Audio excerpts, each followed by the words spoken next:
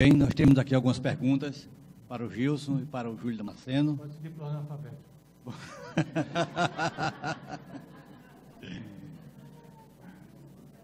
Primeira pergunta para o Gilson, o solicitado. Será que eu vou sair desse congresso sem entender que queda é essa? Quem caiu? Quem empurrou? Se não foi empurrado, como caiu? Por favor, uma luz.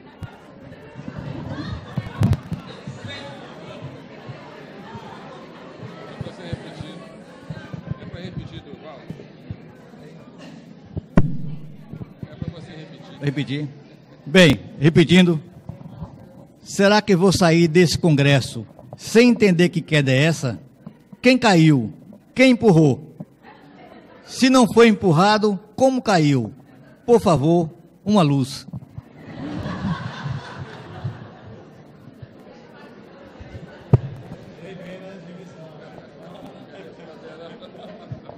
Cadê o Maurício?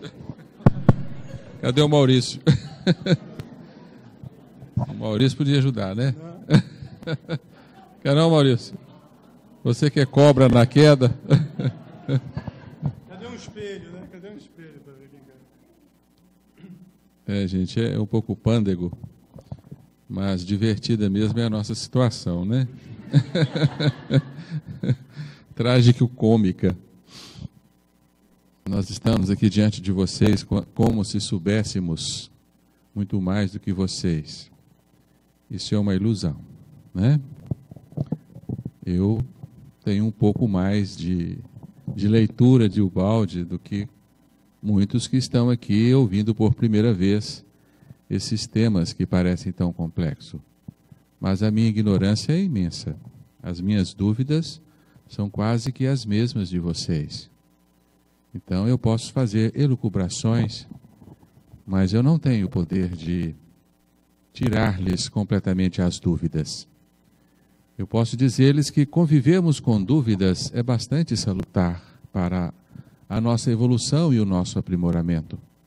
Porque se nós tivermos respondidas todas as nossas questões, nós não iremos mais adiante.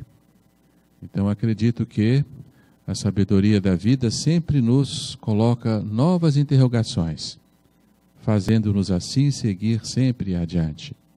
É por isso que a ciência sempre se depara com novas questões que ela não pode explicar e ela precisa de novas teorias, de novos conhecimentos para explicá-las. Não é isso mesmo? Não é curioso, né? Isso faz parte da sabedoria da vida. Então, se vocês estão saindo daqui cheios de dúvidas, eu acho que atingimos o objetivo desse encontro. Vamos manter o mistério. Porque se todas as dúvidas tivessem sido respondidas, nós iríamos cair no velho hábito nosso, né, de estacionarmos em dogmas. Saber que existiu uma queda e daqui para frente procurar compreendê-la, não só compreendê-la, mas vivenciá-la em nós como uma realidade e imputar ao nosso próprio eu a necessidade de erguermos-nos, recuperarmos-nos, reconstituirmos-nos, de retornarmos às nossas origens o mais depressa possível, eu acho que isso é o essencial que a vida espera de nós. Nós estamos aqui na carne, nos bancos escolares da carne, exatamente para aprendermos a nos libertarmos da carne. Isso é urgente, porque nós estamos cansados. Lançamos o olhar pela retaguarda da nossa caminhada e ficamos um tanto quanto desiludidos de tanto caminhar e pouco progredir. Não é? Então temos que sair das rodas das reencarnações. E o conhecimento da queda veio justamente nesse instante para nos tirar desse marasmo, nos fazer assumir o Evangelho.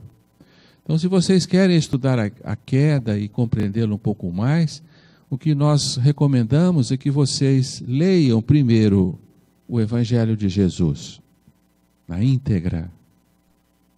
o mais original possível em grego, né? Se for possível. Brincadeira, né? Mas temos boas traduções do Evangelho aí em dia, né? Hoje em dia temos um Evangelho do Dr. Haroldo Dutra, né? Que foi lançado recentemente, uma tradução, não de todo o Novo Testamento, mas de parte do Novo Testamento, dos 4 Evangelhos, né? Temos o Evangelho do Holden, que é traduzido diretamente do grego, e também é uma obra excelente, mas as outras versões todas que temos aí às mãos.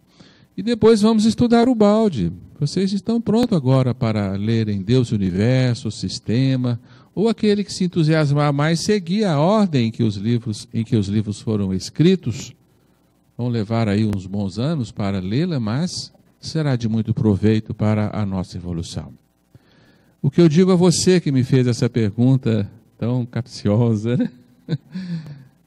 É que hoje nós não temos dúvida nenhuma de que nós somos origem de um processo de contração, um processo de desmoronamento, um processo de separação.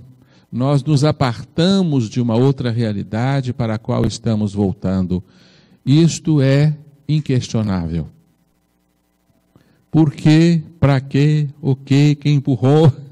Né? Se foi de fato a Eva, né? Nós estamos sempre procurando culpados.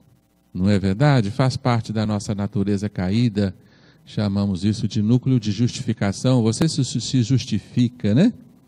E já vieram me falar, mas quantos espíritos caíram? Quantos átomos tem nesse universo? Nossa Senhora, não dá para contar. Aí o amigo agregou, então nesse caso, quem errou foi o professor, porque quando todos os alunos tomam bomba, o erro é do professor. Então a culpa é de Deus, né? Então nós não sabemos, vocês vão ficar cheios de muitos intrigantes questões, né? Por exemplo, esse microfone aqui, quantos átomos tem nesse microfone? Nós não conseguimos contar. Fantastilhões de átomos compõem esse pequeno dispositivo. Cada átomo desse é um anjinho caído dentro deste átomo. Aí vocês ficam tanto quanto desesperados, né? Diante dessas questões tão intrigantes para nós, né? Nós não temos resposta para tudo.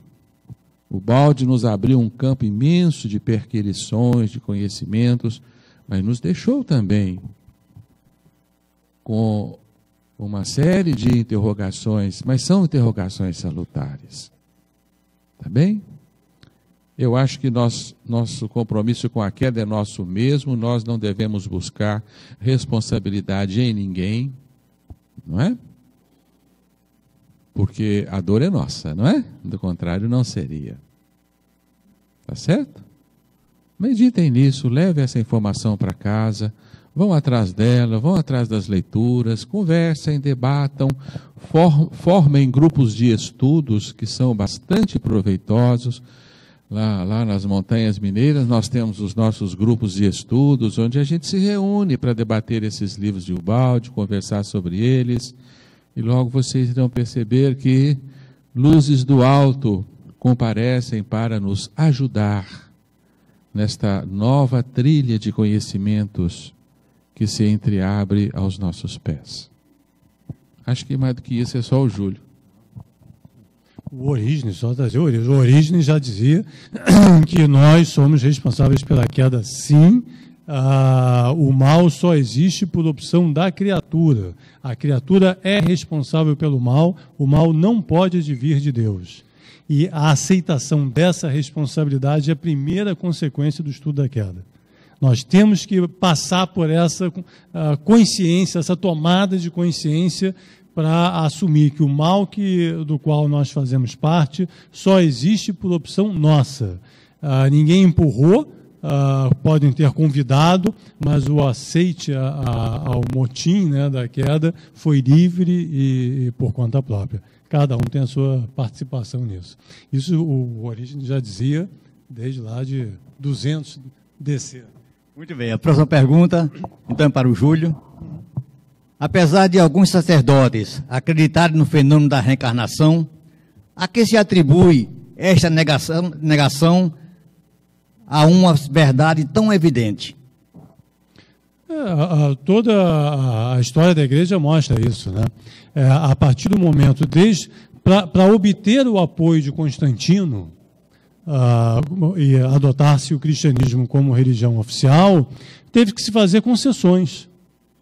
Alguém, em algum momento, né, entendeu que fazer as concessões era uma forma de proteger os cristãos dos circos e da morte. A intenção pode até ter sido boa, né? Mas o tempo confirmou que ela foi desastrosa, porque a primeira concessão à astúcia leva inevitavelmente ao caminho da astúcia. E aí, adotado esse caminho, a natureza do grupo mudou. Então, os astutos começaram nós estamos comentando agora há pouco, em todas as grandes religiões do mundo, os que prevaleceram não foram os melhores, foram os mais astutos e mais fortes. E o cristianismo só sobreviveu como instituição porque ele adotou também esse caminho. E aí você pega a Descida dos Ideais inteiro, né? Toda a análise que o Baldi faz do cristianismo. O cristianismo, como se fosse a gota do orvalho, né? Ele precisou entrar na lama para sobreviver. Porque senão ele seria devastado como ideia, como conceito, por zero de aderência à realidade humana. E foi só a partir desse momento em que ele mergulhou na lama que ele pôde frutificar e gerar as flores que virão um dia, as árvores, enfim, a produção desse cristianismo que virá no futuro. Mas todos os princípios que faziam parte do cristianismo original, Orígenes também foi vítima disso, foram revistos, foram alterados, foram desnaturados, como parte dessa adequação aos interesses do momento. Isso vale para qualquer movimento em qualquer tempo. Não pensem que o nosso movimento hoje, por exemplo, de divulgação de Ubaldi, não poderá um dia sofrer o mesmo risco.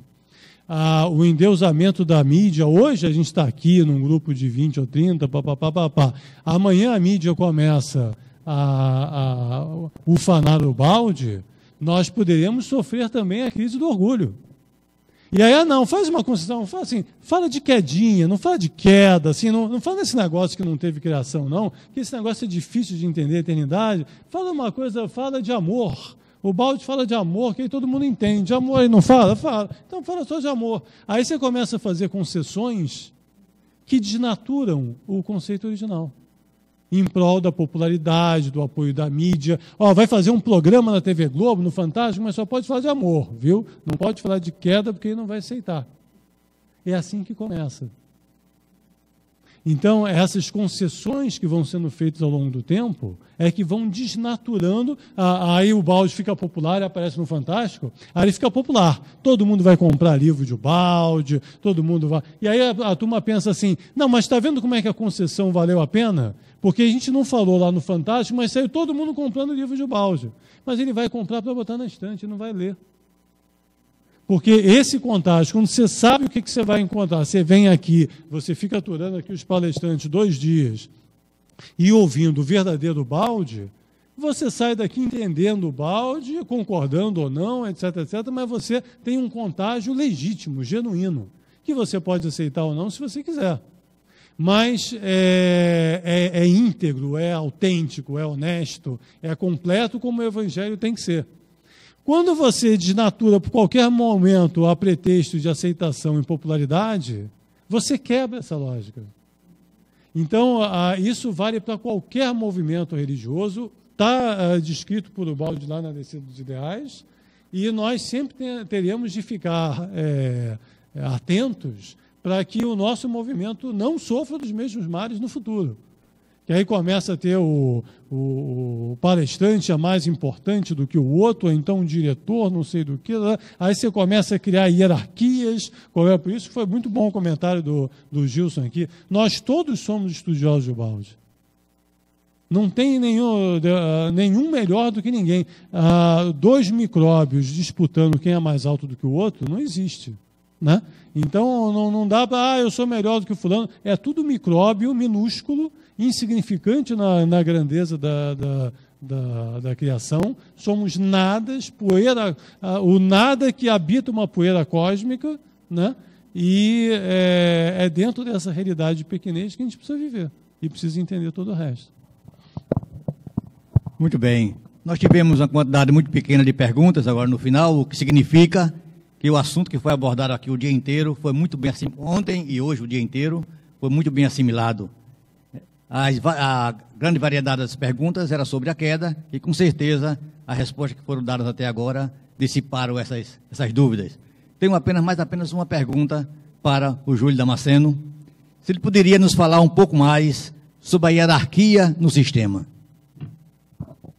Então, acho que o Maurício passou um pouco aqui por essa questão. O Baldi nos ensina que na estrutura do sistema havia uma hierarquia de funções e de potência.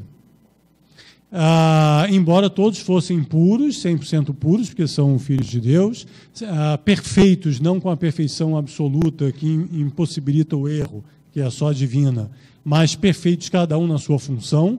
Então, a célula cardíaca como célula cardíaca, a célula epitelial como célula epitelial e assim sucessivamente. Quer dizer, cada um perfeito na sua função. E dentro da distribuição das funções e dentro dessa disposição de potência, havia uma estrutura hierárquica. A reação começa lá com a figura que ficou conhecida como Lúcifer e que liderou esse processo, que também é apenas um símbolo de um grupo, de uma atitude, e não um personagem específico, né? Mas, em determinado momento, uma parte de alta potência começou essa disputa de poder, de querer concorrer com Deus. A grande causa da queda é uma queda de poder, é uma briga de poder, de se achar que a semelhança era a igualdade e que podia concorrer na disputa de poder como Criador. No que gira, muda o padrão vibratório daquele de serviço ao todo para interesse pessoal, quebra a sua corrente de sintonia com o Pai, e aí a queda, ou seja, a perda dimensional, acontece na proporção da potência e da função ocupada dentro do todo. E aí os tipos de queda variam conforme a natureza dessa função. Os dois, tanto o Orígenes quanto o Baldi, falam a mesma coisa aqui. Ó. Deixa eu aproveitar aqui e voltar, porque vale a pena. Aí.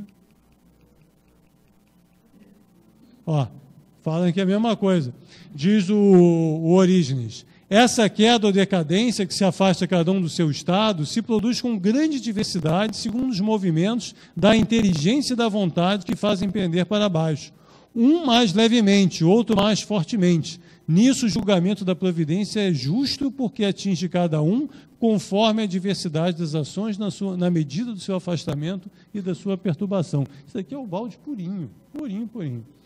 E depois aqui, a queda foi proporcional à responsabilidade da revolta, à culpabilidade de cada um, pela qual foi projetado mais longe no antissistema e mais profundamente na evolução, quem estava mais altamente situado no sistema e mais perto de Deus.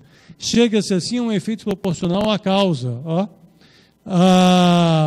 uma reação proporcional à ação, a uma queda proporcional à revolta. Então, para os maiores, sendo maior a queda, maior o esforço da subida, porque é mais longo o caminho de regresso. O Baldi chega a dizer que o último a ser salvo será Lúcifer, ou seja, em algum ponto começou essa história, o último será o líder desse processo, a última a ser recuperado. Daí a coisa dos últimos serão os primeiros serão os últimos. Acho que o Gilson também podia fazer algum comentário.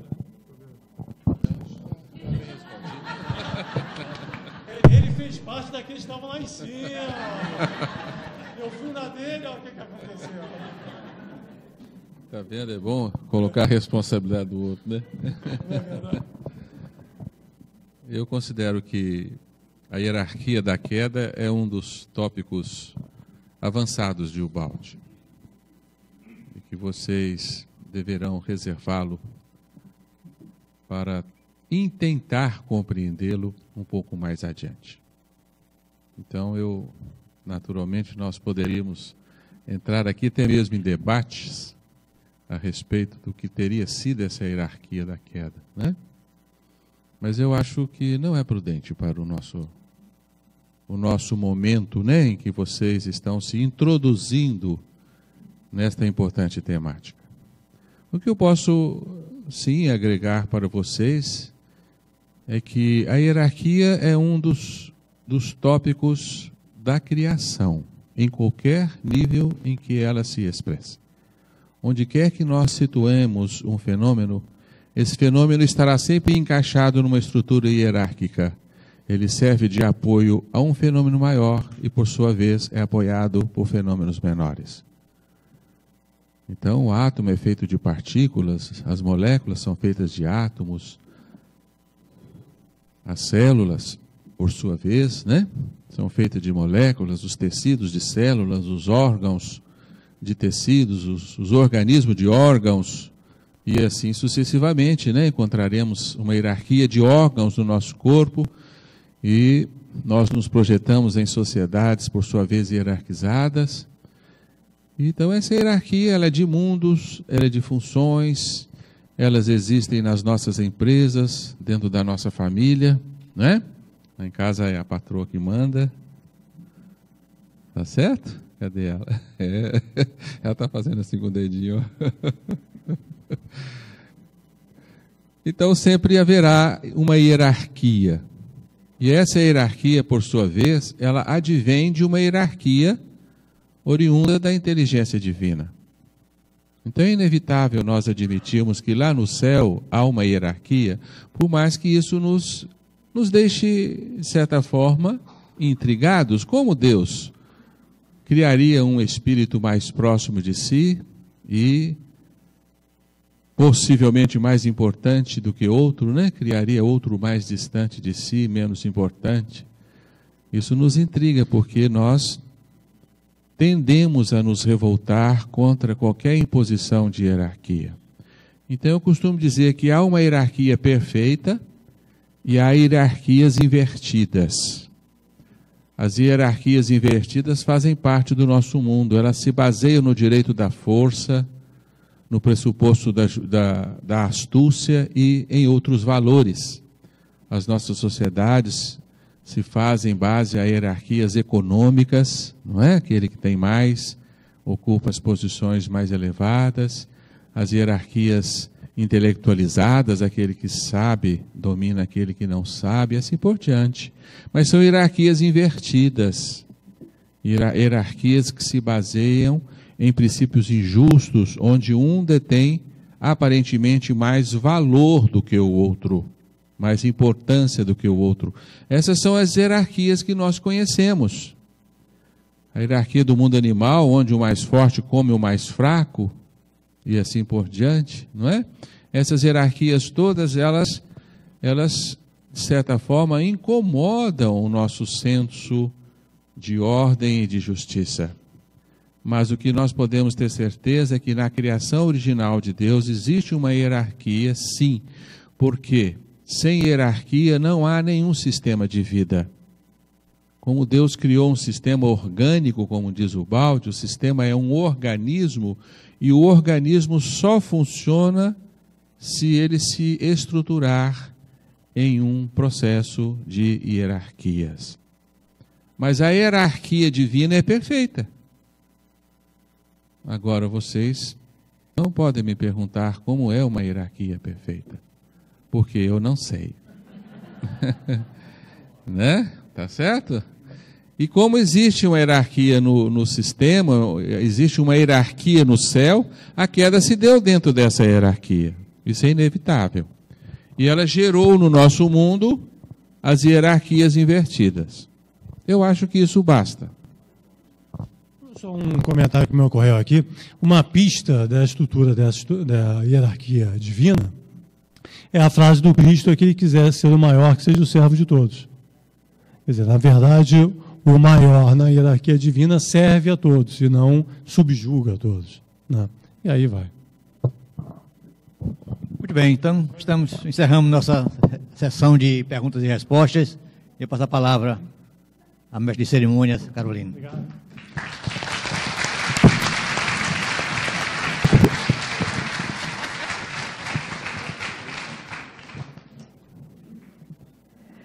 Estamos nos aproximando realmente da finalização deste 19º Congresso Nacional e convidamos neste momento para apresentar a comissão organizadora do 20º Congresso Nacional Pietro Baldi, que será realizado em Brasília, a senhora Rosane Barcelos.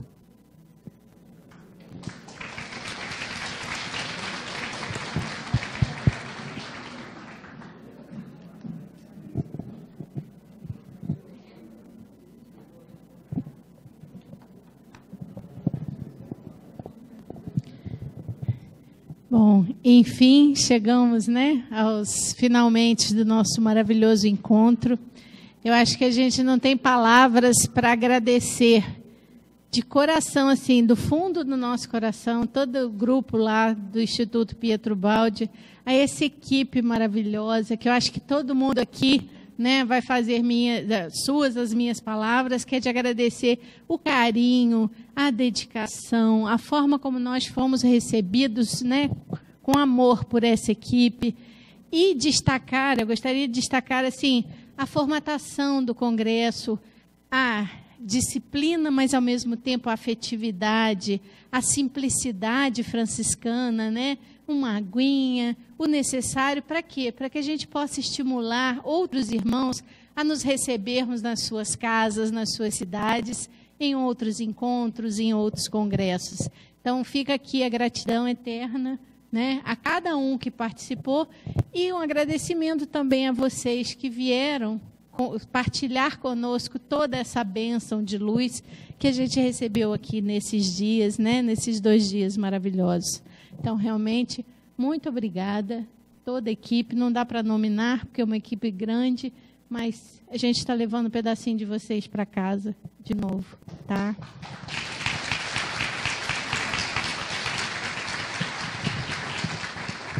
Bom, e como a gente faz em todo final de congresso, a gente anuncia muito feliz o próximo Congresso Pietro Baldi, convidando a todos para irem partilhar conosco de mais esse momento.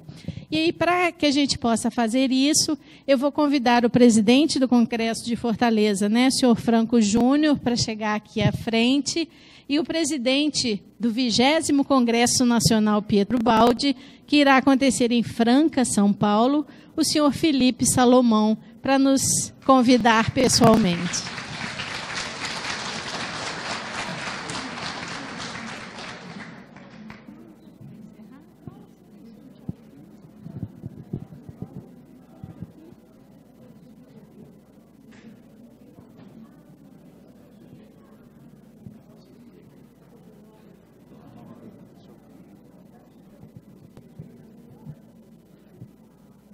Já quase boa noite, Boa noite a todos.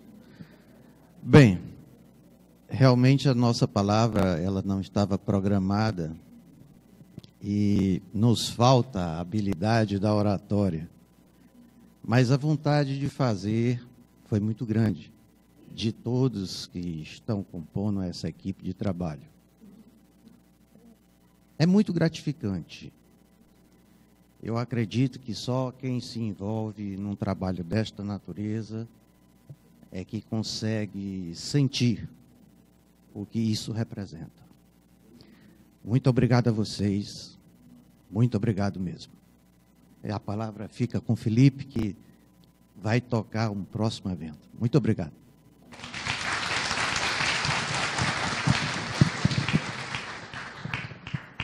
Meus irmãos, minhas irmãs, boa tarde, a quem eu não cumprimentei ainda. E antes de externarmos aqui o agradecimento à Fortaleza por haver nos recebido tão carinhosamente, eu quero agradecer à cidade de Goiânia e de Brasília. Os irmãos cederam o espaço para que Franca sediasse o 20º Congresso. Realmente, quando foi anunciado Brasília, era Brasília mesmo. Mas os irmãos de Brasília, os irmãos de Goiânia cederam o espaço para nós fazermos o 20º Congresso. E sei da grandeza sentimentos dos irmãos de lá, mas é que nós realizamos o 10º congresso. E como eu não tenho muito tempo aqui na Terra, eu quis fazer mais um, que é o 20º. Então é a oportunidade de fazermos o 20º congresso. E até porque, como disse o Júlio, vamos comemorar o ano de 2016, 50 anos de Ubaldi transferindo a obra para o Brasil. Não é isso, ô Júlio? Cadê o Júlio? É isso mesmo, né? Então será lançado um livro lá no nosso congresso sobre este assunto. Ele e o Jorge já estão preparando. Eu quero dizer para vocês que o congresso vai continuar no Nordeste, porque está aqui no Nordeste do Brasil e vai para o Nordeste do estado de São Paulo. Nós também somos nordestinos.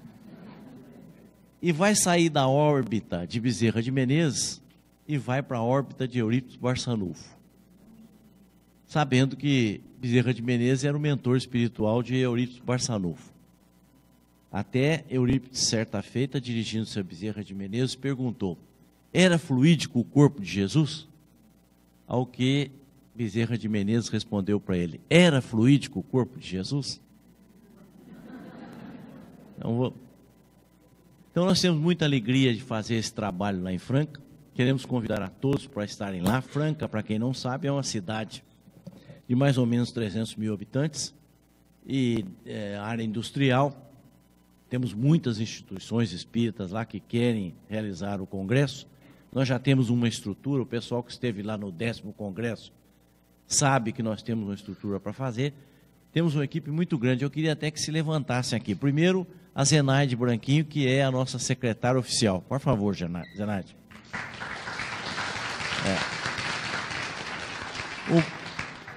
O Paulo Barreto, que é o tesoureiro. Esse é que é o importante, tem que agradá-lo aí, ó.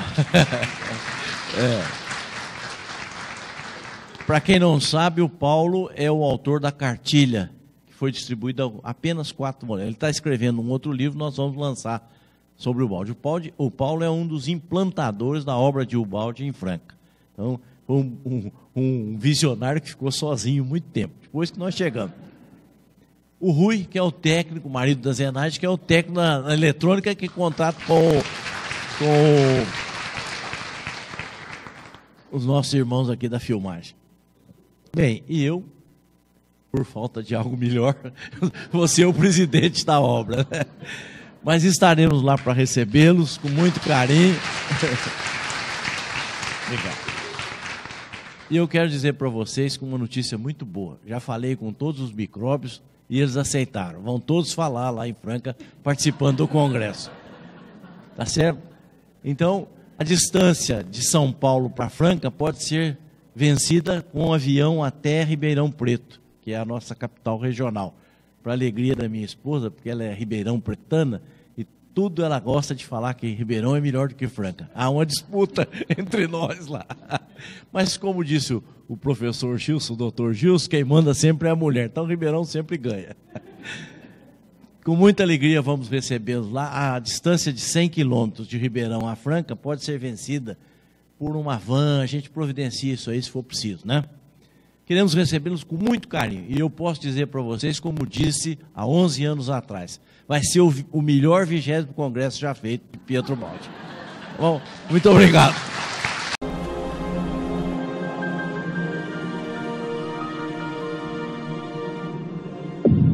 IBS, Instituto Brasileiro de Benemerência e Integração do Ser.